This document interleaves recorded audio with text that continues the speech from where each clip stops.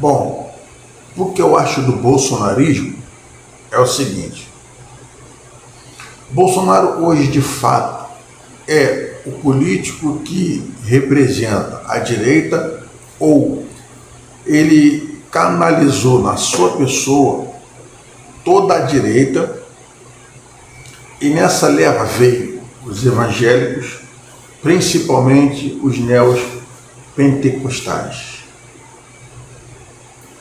Por quê?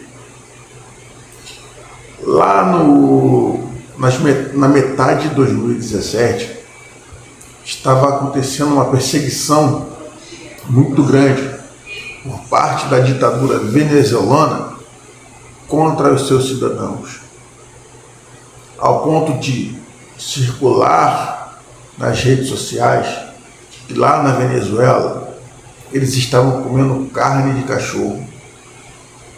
E atrelado a isso, tinha a história de que Fernando Haddad tinha um projeto de inserir mamadeira de piroca, desculpa a expressão, para as crianças do jardim de infância. E também tinha o risco iminente, segundo o que estavam passando à frente para as pessoas, de que se Fernando Haddad entrasse, ele instalaria o comunismo no Brasil. E também existia o impeachment de Dilma, o ódio à política, Lava Jato já ali na metade da sua ascensão.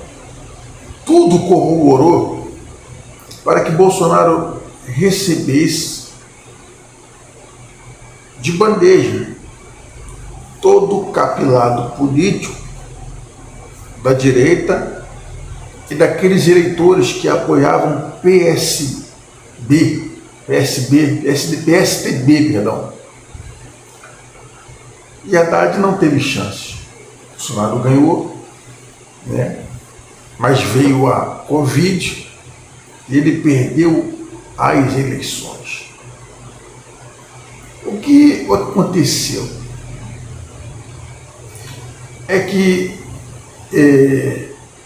a influência política de Bolsonaro, ela ficou forte e impregnada com o seu conceito de valores tradicionais cristãos,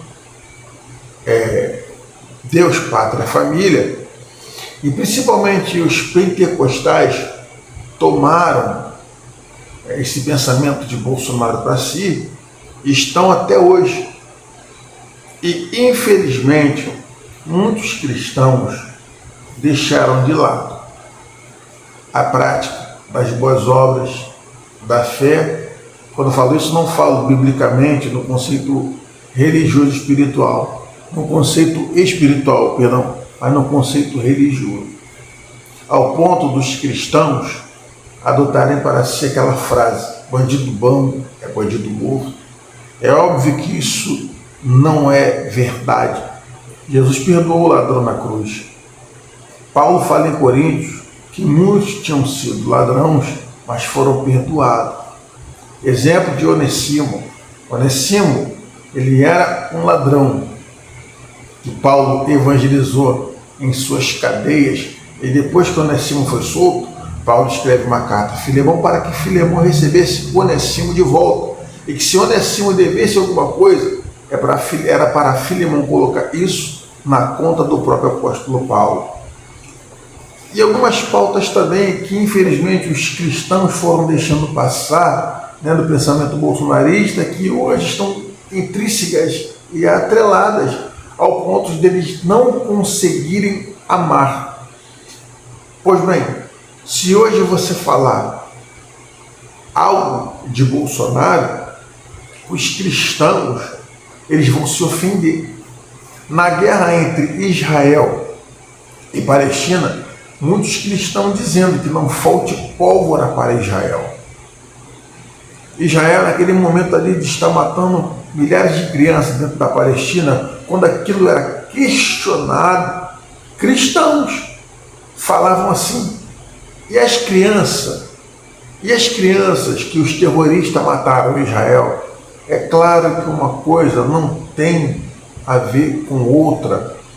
O que houve ali em Israel precisava de resposta imediata. Mas o que foi colocado em questão ali foi o excesso de morte de crianças que Israel estava cometendo, que praticamente se transformou num genocídio.